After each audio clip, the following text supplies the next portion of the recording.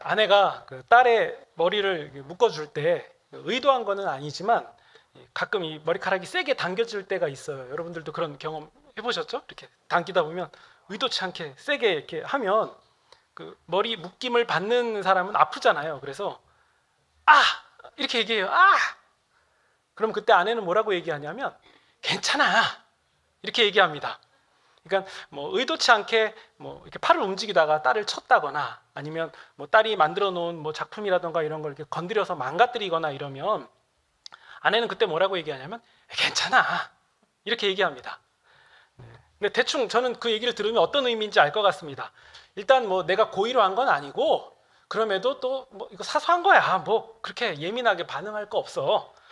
그냥 털어내 버려 씩씩하게 뭐 이런 의미라는 거 같은데요. 제가 볼 때는 그런 의미 같은데 딸은 그 아내가 괜찮아 할 때 아주 정확하게 반박을 합니다. 뭐라고 하냐면요. 그럴 땐 괜찮아가 아니라 미안해 라고 해야지 라고 얘기합니다. 근데 그게 맞지 않습니까? 그래서 가만히 보니까 그게 맞는 말이에요. 괜찮아 이게 아니라 그땐 미안해 라고 해야 맞습니다. 그러면 괜찮아 이건 누가 할 수 있는 말입니까? 머리를 세게 묶임 당한 사람이 할 수 있는 거예요. 세게 했지만 괜찮아 이렇게 해야 맞는 거잖아요. 그러니까 가만 보니까 이 가해자가 괜찮다라고 하는 게 좀 이상합니다. 그러니까 제가 팔을 이렇게 움직이다가 상대방이 맞았을 때 이 맞은 상대방이 저한테 괜찮아 해야지 제가 이렇게 해놓고서는 괜찮아 이러면 이거 무례한 거예요. 그렇죠? 네, 그러니까 이 경우가 안 맞는 말인데요. 오늘 본문에도 이 경우가 안 맞는 말이 등장합니다. 보시면요. 20절에 예수님이 이렇게 말씀하세요. 이 사람아 너가 죄사함을 받았다. 근데 우리는 예수님이 어떤 분이신지를 잘 알기 때문에 예수님이 어떤 말씀을 던지셔도 다 괜찮거든요. 다 맞는 말이라는 걸 우리는 기본적으로 갖고 있지만 이 누가복음 이 당시에 사람들이 볼 때 아직 예수님이 누군지도 잘 몰랐고 예수님에 대해서 적대감이 있는 상황에서 예수님이 이 사람아 너가 죄사함을 받았다라고 말씀하실 때 이 말씀은 매우 황당한 말입니다. 왜냐하면요. 일단 첫 번째 죄를 사할 수 있는 권한은 하나님께 있기 때문이에요. 근데 우리도 그런 거 있지 않습니까? 우리도 어디 법정에 가면 판사가 이거 무죄다 유죄다 결정하잖아요. 근데 그 결정은 사실 피해자가 해야 되는 거 아닙니까? 근데 아무튼 뭐 복잡한 설명을 다 할 수는 없지만 어쨌든 최고의 권위를 부여받은 사람이 판단하잖아요. 이런 맥락과 비슷하게 하나님만이 온 우주 만물을 지으신 유일하신 하나님만이 죄, 유죄를 결정하실 수 있고 죄 용서를 결정하실 수 있는 거예요. 그리고 두 번째는 피해자가 용서할 수 있는 거죠. 그런데 이 상황을 보면 이 바리새인과 이 서기관들은 이상해요. 왜냐하면 지금 딱 상황을 보니까 예수님과 중풍병자는 지금 오늘 처음 만난 것 같아요. 그러니까 중풍병자가 예수님한테 과거에 돈을 꿨다거나 아니면 뭘 잘못했다거나 이런 죄가 있는데 그래서 예수님이 죄 용서하겠다 이렇게 말씀하시는 상황은 아니니까 그러니까 그거 아니라면 하나님만 용서하실 수 있는데 내 눈에 보이는 저 30대 청년인 예수는 뭔데? 자기가 뭔데 죄사함을 선언하는 거야? 이런 문제가 생긴 거예요. 그러니까 서기관과 바리새인들은 당연히 예수님이 하시는 말씀을 보고 이건 신성모독이다 이렇게 생각할 수밖에 없었던 거죠. 일단 우리가 읽은 본문의 상황을 보면요. 17절에 예수님 곁으로 이 각 지역에서 다가온 바리새인과 율법 교사들이 지금 둘러앉은 상황이에요. 그때 병을 고치는 하나님의 능력이 예수님과 함께 했다라고 기록되어 있는데 이 바리새인과 율법 교사들은 일단 한 가지 기대는 있었을 것 같아요. 이 예수님이 병자를 치료하는 능력이 있다는 거 하나는 어느 정도 그 생각을 갖고 있었던 것 같아요. 근데 18절에 보시면 한 중풍병자를 침상째로 메고 온 자들이 있었습니다. 이 다른 성경, 그러니까 마가복음에 의하면 4명의 친구들이 침상을 메고 왔다고 하니까 중풍병자까지 하면 최소 5사람은 되는 걸로 보여집니다. 근데 이 사람들 말고도 예수님의 치유 능력이 소문이 났기 때문에 이 각종 병을 고치고자 하는 자들이 우르르 몰려왔고 또 이 신비한 일들을 직접 보고 싶은 사람들이 있었으니까 그 사람들이 그 주변을 가득 싸고 있으니 이 중풍병자를 메고 온 친구들이 거기를 비집고 들어가는 것은 좀 어려워 보입니다. 근데 그럼에도 그들의 마음이 굉장히 다급했고 또 이번 기회를 놓치면 또 언제 예수님을 만나게 될지를 모르니까 좀 다급한 마음이었는지 그 중에 한 사람이 생각을 하는데, 우리 19절을 보시면요, 일단 무리 때문에 메고 들어갈 길을 얻지 못했다, 그러니까 상황이 어렵다는 것은 지금 설명이 되고 있어요. 그럼에도 반드시 예수님을 만나야 되니까 어떻게 하냐면 지붕으로 올라가서 기와를 벗기고, 우리 한글 번역으로는 기와라고 번역을 했지만 뭐 우리 기와 비슷한 그들의 무언가가 있었겠죠.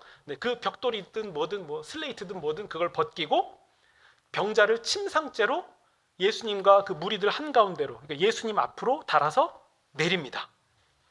이거는 그 당시 사람들에게도 일반적이지 않은 상황이었어요. 굉장히 그 과감하고 놀랄 만한 일이었는데요. 20절 보시면요, 예수님에 대한 특이한 설명이 나옵니다. 예수께서 그들의 믿음을 보시고. 그러니까 이 예수님은요, 그들의 과격한 그리고 과감한 그 행동에 담겨 있는 믿음을 지금 주목해서 보신 거예요. 물론 오늘날 우리라면 야, 너 새치기 하지 마, 절로 가, 뭐 이렇게 했겠지만, 일단 그 벌어진 상황에 대해서 예수님은 무엇을 보셨냐면 그들의 믿음을 보셨습니다.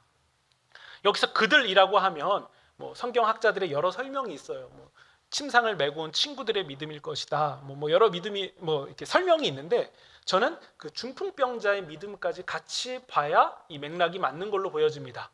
그래서 이 친구들과 그 누워있는 중풍병자까지 예수님께서 그들의 믿음을 보시고 뭐라고 말씀하시냐면요, 이 사람아, 너가 죄사함을, 그러니까 죄 용서를 받았다라고 말씀하세요.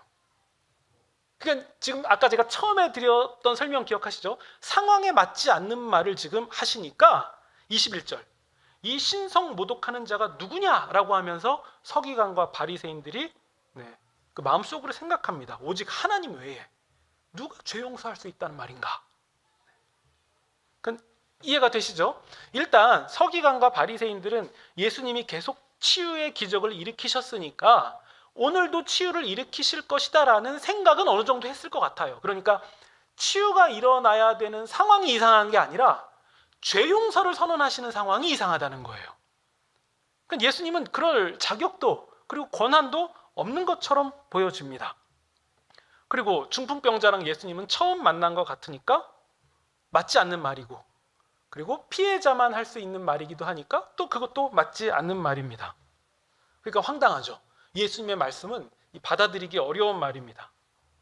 이런 상황 가운데서요, 예수님이 죄 용서를 선언하신 것은 분명히 어떤 의도, 예수님의 고의적인 의도적인 의도가 그 가운데 있었을 것이 분명합니다. 그리고 또 한편으로 신성모독도 당연하게 받아들여집니다. 이런 상황 가운데서 예수님이 그들의 모든 생각과 상황을 아시고서는 그리고 물어보십니다. 23절 보시면요, 너가 죄사함을 받았다 이 말과 일어나 걸어가라 이 말 중에 어떤 말이 더 쉽겠냐? 예수님이 갑자기 질문을 하십니다. 근데 여러분의 생각은 어떠십니까?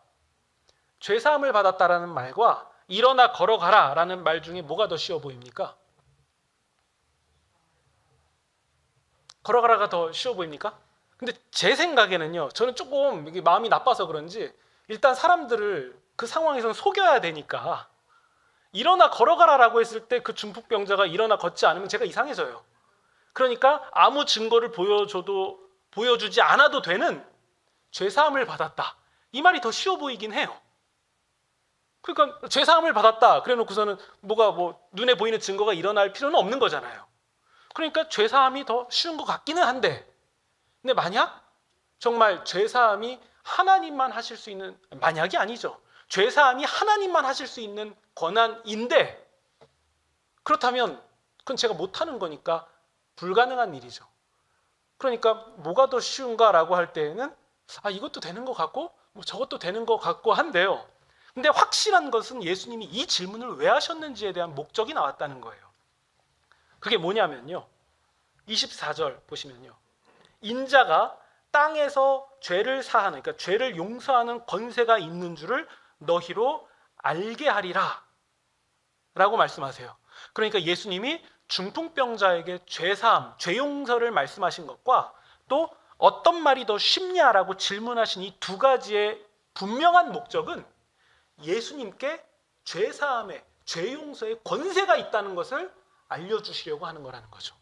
그럼 여러분, 우리는 조금 확실해지는 것 같아요. 이 본문을 통해서 우리가 한 가지 정확하게 마음에 담으면 오늘 설교가 다 끝나게 되는 그것은 무엇이냐면 예수님께 죄 용서의 권한, 권세가, 능력이 있다. 이 사실 하나입니다. 이 사실이 오늘 우리에게 분명하게 남아야 된다는 거죠. 그래서 24절 중간쯤 보시면요. 예수님은 죄 용서의 권한과 능력이 있음을 그들에게 입증해 보이시려고 중풍병자에게 말씀하시되 내가 너에게 이르노니 일어나서 너의 침상을 가지고 집으로 가라 라고 말씀하셨고, 그러자 25절 보시면 중풍병자가 일어나서 그 누웠던 침상을 가지고 집으로 가는 거죠. 그리고 하나님께 영광을 돌립니다.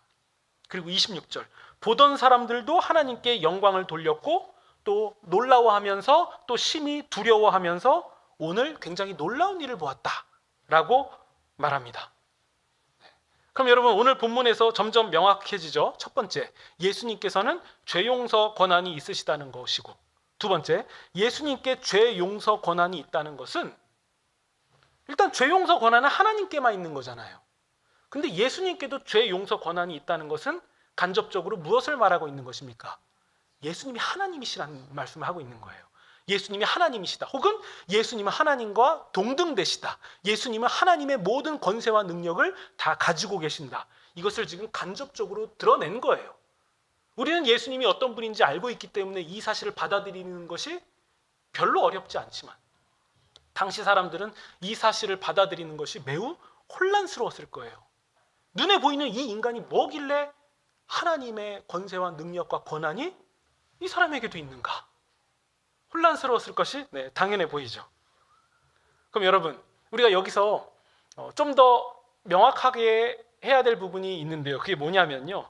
그러면 예수님이 용서하신 죄라는 것은 무엇이냐는 거예요. 죄 용서라는 것이 그러면 무엇이냐? 우리가 보통 여러분 죄 용서, 죄 혹은 죄라는 한 단어만 생각해도 가장 떠올리기 쉬운 건 무엇이냐면 누군가의 물건을 훔쳤다던가 아니면 누구를 고의로 미워했다거나 때렸다거나 어쨌든 안 좋은 일로 가해자가 되는 거, 이런 것을 우리는 죄라고 생각합니다. 물론 죄 맞아요. 근데 이걸 조금 더 엄밀히 말하면 죄의 증상이 드러난 거지, 조금 더 정확히 말하면 죄 자체라고 말하기에는 부족한 부분이 있습니다. 죄의 권세의 영향력 아래서 벗어나지 못하고 살아가는 우리, 이걸 그냥 한 단어로 우리는 죄인이라고 말하는 거죠. 그러니까 우리가 전도할 때 당신은 이 죄인입니다 라고 말할 때 당신은 지난달에 욕했잖아요, 물건 훔쳤잖아요, 돈 안 갚았잖아요, 이런 의미의 죄인, 물론 그 부분도 있는데요. 우리가 당신은 죄인입니다 라고 말할 때 그 죄인은 당신은 죽는 존재라는 얘기인 거예요. 당신은 죽는 존재입니다. 즉 죽는 존재가 되었기 때문에 죽는 존재가 드러내는 증상에 누구를 가해하기도 하고 누구에게 안 좋은 일, 안 좋은 말을 하기도 하고 안 좋은 생각도 하고 또 우리 내면 속에서는 고독을 경험하고 좌절을 경험하고 아픔, 슬픔, 이런 악한 안 좋은 것들, 거기서 벗어나질 못하는 거예요. 또 한편으로 우리가 아프고 늙고 병들고 점점 노쇠해져 가고 결국 이 모든 것은 죽음을 향해 가는 것이거든요. 그러면 죄라고 얘기하면 죽을 수밖에 없는, 그러니까 죽음과 맞닿아 있는 것이고, 그래서 죄의 결과는 사망이라고 말하는 거예요. 그러면 예수님이 죄 용서하셨다라고 말씀하실 때의 그 죄는 결국 무엇을 사하신 겁니까? 무엇을 없애신 겁니까? 무엇을 이기신 겁니까? 사망이에요. 사망이에요. 그래서 중풍병자가 자리에서 일어나게 된 것은 죽음의 증상에서 해방된 하나의 모습을 지금 보여주신 거죠. 사람들은 중풍병이 나은 것 하나에만 집착하지만 그것은 증거일 뿐이에요. 정말 예수님이 보여주시려고 했던 것은 무엇이냐면 사망이 사망케 되었다라는 이 시작 그리고 과정들을 지금 보여주시는 거예요. 결국 십자가에서 예수님은 모든 죄와 사망의 권세를 다 박살내시게 되죠. 그러니까 여러분, 우리가 열이 나고 뭐 콧물이 나고 하는 이런 증상을 보고 아, 감기구나라는 그 핵심을 알듯이 우리가 물건을 훔치고 뺏고 미워하고 때리고 속이고 하는 이런 모든 죄의 현상을 보면서 우리는 죄인이라는 것을 발견하게 됩니다. 결국 죄라는 것은 죽는 존재고 우리가 죽게 되었다는 것은 성경의 설명을 가져다가 이해하자면 하나님께로부터 인간이 분리되었기 때문이에요. 영원한 생명의 하나님께로부터 우리가 분리되었기 때문에 죽는다. 그러면 여러분, 죄 용서는 무엇입니까? 하나님께로부터 분리된 인간을 다시 하나님께로 붙여버리는 거예요. 그냥 풀로 붙이는 정도가 아니라 유기적인 한 존재. 그러니까 저의 손톱과 손가락이 하나로 붙어 있다는 것은 그냥 접착제로 붙이는 게 아니라 같이 생명이 되었듯이 하나님과 죄로 단절된 인간이 다시 한 존재가 되는 것. 이게 죄 용서라는 거예요.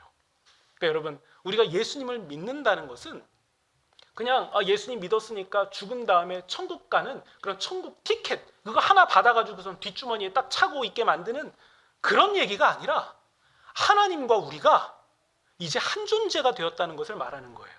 하나님과 우리가 한 존재가 되었다.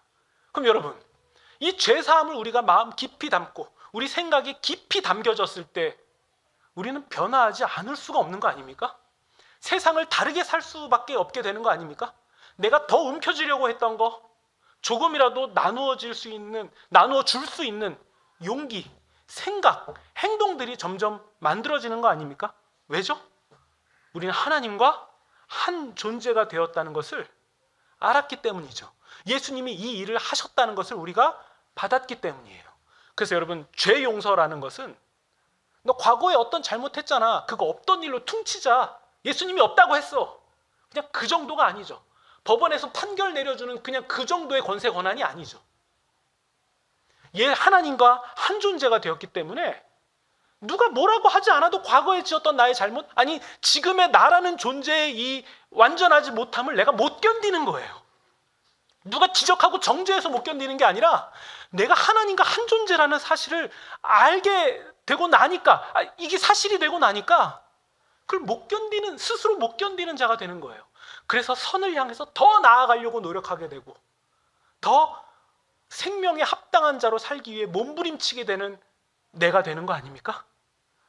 이 은혜에 맞게 어떻게든 발버둥 치면서 더 좋은 사람이 되려고 노력하고 예수님 모르는 사람과 똑같이 살지 않도록 최선을 다하는 이 모든 것들은 귀한 거죠. 그게 내가 구원받았다라는 증거가 되는 것이죠. 이 일을 위하여 예수님이 오셨다는 사실을 우리가 마음에 잘 담으시면 좋겠습니다. 그러면 여러분, 이렇게 죄 용서의 은혜와 권세를 우리가 받았다. 우리가 하나님과 한 존재 되었다. 영생을 누리게 되었다. 이 사실을 우리가 알게 되었으니 다 됐냐라고 말하면 이때 우리 한켠에 조금 부족한 부분이 느껴지실 거예요. 그것은 무엇이냐면 우리는 알지만 안 된다는 부분이에요. 그리고 우리가 정말 알았는데, 그리고 성경이 말씀하시는 대로 우리가 그런 것 같은데 그럼에도 될까? 나는 될까? 저기 TV에서 나오는 성자들은 될 것 같은데 나는 될까라는 마음이, 생각이 또 우리 한켠에 존재합니다. 그래서 여러분, 오늘 이 본문에 나오는 사람이 우리에게 위로가 되는 것 같아요. 우리 첫 번째는 누가 나오냐면 중풍병자와 친구들이 나오잖아요. 이 사람들 예수님에 대한 소문을 들었어요. 이 동네에 오신다는 거 알았고 저 건물 안에서 사람들 사이에 둘러싸여 있다는 것도 알았어요. 근데도 자기는 갈 수가 없는 거예요. 그러니까 생각한 거죠. 수단과 방법을 가리지 말고 내가 할 수 있는 것이라면 좀 해보자. 그래서 지붕 뜯은 거죠. 달아내린 거죠. 오늘날 기준으로 말하면 분명히 야, 너 새치기니까 뒤로 가. 뭐 누가 통제하고 그랬을 거예요. 근데 예수님이 주목하시는 건 뭐냐면 그들의 믿음이에요. 그렇게까지 예수님을 만나고자 하는 그 마음이 있는 그 중심을 예수님이 보신다는 것이고, 또 중풍병자와 같이 침상에 누워서 자기가 스스로 어떻게 할 수 없는 상황에 그 누워있는 그 비참한 사람, 그 사람의 마음 가운데 있는 그 진심, 정상인들 입장에서 볼 때 그거 별거 아니잖아요. 그럼에도 예수님은 그 중심을 보시고 뭐라고 말씀하시냐면 네 믿음이 예수님이 그 믿음을 보신다는 거죠. 근데 이렇게 말씀드려도 또 불편한 분이 계실 거예요. 저한테는 그런 열정도 없습니다. 저한테는 지붕을 뜯고 예수님께 나아가려고 하는 열망, 어떤 나의 욕구, 그것마저도 없는데 저는 어떡합니까? 라고 말씀하시는 분도 계실 것 같아요.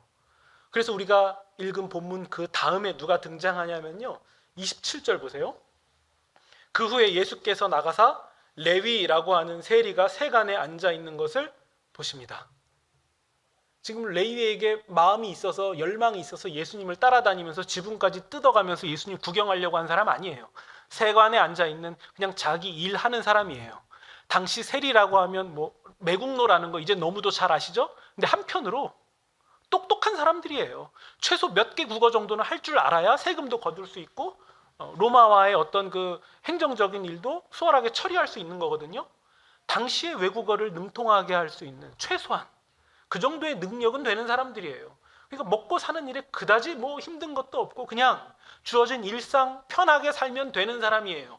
그날 그냥 세관에 앉아 있었던 거예요. 예수님 지나가시는 길목이니까 여기에 딱 책상 놓고선 앉아야지 이런 것도 아니에요. 그냥 앉아 있었어요. 근데 예수님이 어떻게 하십니까? 이번엔 예수님이 가세요. 그리고 뭐라고 말씀하시냐면 나를 따르라 라고 말씀하십니다. 이 레위가 마태복음을 기록한 마태이기도 합니다. 그러니까 여러분, 오늘 본문에는 이 누가복음 5장에는 두 부류의 사람이 등장해요. 한 명은 어떻게 하든 그 예수님을, 생명의 주인이신, 죄와 사망의 권세를 이기신 예수님을 만나려고 최선을 다하는 사람. 또 한편 어떤 사람이 등장하냐면 예수님에 대해서 잘 모르고 그냥 마음의 필요와 갈급함도 잘 모르겠고 그냥 그날따라 그냥 남들보다 그냥 그럭저럭 괜찮아 보이는 삶을 사는 그냥 어떤 한 사람. 그 사람에게는 예수님이 찾아오신다는 사실이죠. 그러니까 여러분, 오늘 우리가 죄사함이라는 예수님의 권한, 능력, 그래서 예수님이 하나님과 동등하신 분이라는 사실을 알았다면 이것만으로 우리에게 다 되었다, 괜찮다라고 일단 말씀드릴 수 있는 이유는 무엇이냐면 예수님을 향해 찾아오는 그 사람의 마음을 예수님은 아시고 또 동시에 그럴 의지도 없는 그 불쌍한 사람을 예수님께서 아셔서 가시기 때문에, 그러면 최소한 오늘 이 주일에 예수님을 예배하기 위하여, 우리의 하나님을 예배하기 위하여 나온 여러분은 그냥 그 중간 어디 지점에 있는 거 아닙니까? 그렇다면 우리에게 소망은 예수님께 있고 우리가 죄사함의 권세와 능력을 가지신 예수님이라는 것을 안다 하더라도 그 아는 지식마저도 행하시고 은혜를 베푸실 수 있는 전적 권한은 우리 예수님께 있기 때문에 우리는 그 예수님이 어떤 분이시냐, 이 사실 하나에 안전하다라고 말할 수 있습니다. 여러분, 우리의 구원은 예수님으로 인하여서 다 되어지는 일입니다. 그럼에도 우리는 그 은혜를 알기에 그 은혜에 합당한 자로 발버둥 치는 것이고, 그래서 우리가 은혜를 생각할 때마다 늘 자격 미달인 우리 자신을 발견하면서 나는 답이 없구나, 안 되는구나, 이런 답답함을 느끼는 것마저도 잘하고 있는 것이라는 생각을 우리가 가지시면 좋겠고, 결국 우리가 발버둥 치다가 예수님 만났을 때 예수님은 잘했다라고 말씀하실 것이 분명합니다. 여러분, 한 가지만 더 말씀드리면 중풍병자를 메고 나온 친구들의 모습이 있습니다. 우리가 은혜를 받아서 거기에 합당하게 살려고 하는 모습에서 조금 더 나아갈 수 있다면 누군가가 예수님께 은혜를 입기 위하여서 침상을 들어줄 수 있는 사람이 되면 좋겠고, 그 사람, 그냥 그 침상을 들고 예수님께 인도할 수 있는 그 역할, 그 일을 통해서 그냥 그 중풍병자 같은 한 사람 인도할 수 있다면 그것도 예수님이 인정하시는 믿음이라는 사실이 오늘 우리를 격려하시는 큰 말씀이 되시기를 소망합니다. 그래서 이 죄사함의 권세와 능력이 우리 예수님께 있고 그 예수님의 이름으로 보내주신 성령님께서 우리 가운데 있다는 사실이 또 이번 한 주간 살아가시는 우리에게 큰 위로와 힘과 능력이 되시기를 우리 구주 예수님의 이름으로 축원드립니다.